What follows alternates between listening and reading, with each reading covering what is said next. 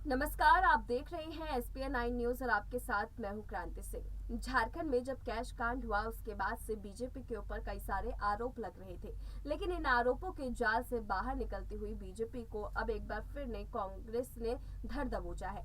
कांग्रेस एक बार फिर बीजेपी को धर दबोच के एक बार फिर आरोप प्रत्यारोप लगा रही है और महाराष्ट्र के बाद जो ऑपरेशन कमल का अगला पड़ाव झारखंड में होना था उसके ऊपर अंकुश लगा चुकी है। आपको बता दें कि सियासी गलियारों में इसकी खूब चर्चा हुई। महाराष्ट्र के बाद इस राज्य में भी कहा गया कि कांग्रेस के सामने सबसे बड़ी चुनौती आने वाली है।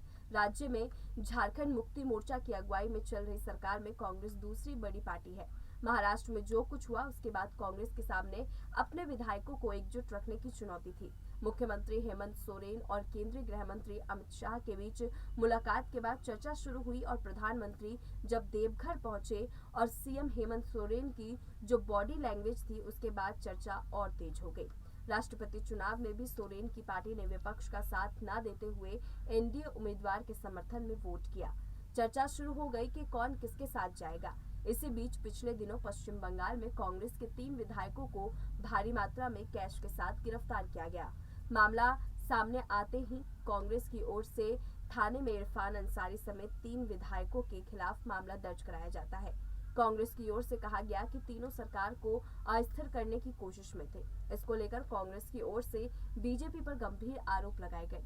कांग्रेस का कहना था कि विधायकों को कैश ऑफर किया गया और पकड़े गए विधायक असम के सीएम के संपर्क में थे। कैश कांड के बाद आरोप प्रत्यारोप के बीच इस राज्य में धीरे धीरे ऑपरेशन लोटस की चर्चा बंद हो गई और अब तो बिल्कुल खत्म हो गई है। लेकिन ऑपरेशन लोटस खत्म होते ही कांग्रेस का एक बड़ा दावा भी सामने आया है। कांग्रेस की तरफ से ये साफ कर दिया गया है कि झारखंड में कभी भी ऑपरेशन लोटस जो है वो सफल नहीं हो पाएगा, चाहे बीजेपी अपनी कितनी भी कोशिश क्यों ना कर ले। कैश कांड जैसे मुद्दे अगर सामने आएंगे तो उस विधायक का वही हश्र होगा जो अभी 3 विधायकों का हुआ है। कांग्रेस की तरफ से क्लियर चिट है, लेकिन इससे बीजेपी पर बहुत बड़ा असर देखने को मिला। बीजेपी झारखंड में कोशिश जरूर कर रही है कि अपनी पैठ बना सके, लेकिन इस कोशिश का कोई फायदा होता हुआ नजर नहीं आ रहा है। कांग्रेस बहुत ज्यादा पीछड़ चुकी है झारखंड में। अब देखना यही है कि आने वाले समय में क्या जो कांग्रेस का दावा है और जो कांग्रेस की लताड़ है उससे सीख पा करके क्या बीजेपी अपना परचम झारखंड में लहरा पाएगी, या फिर जिस सिमटने की और अंकुश लगने की बातें यहाँ पर कांग्रेस की तरफ से कही जा रही है वही आगे तक जारी रहेगा।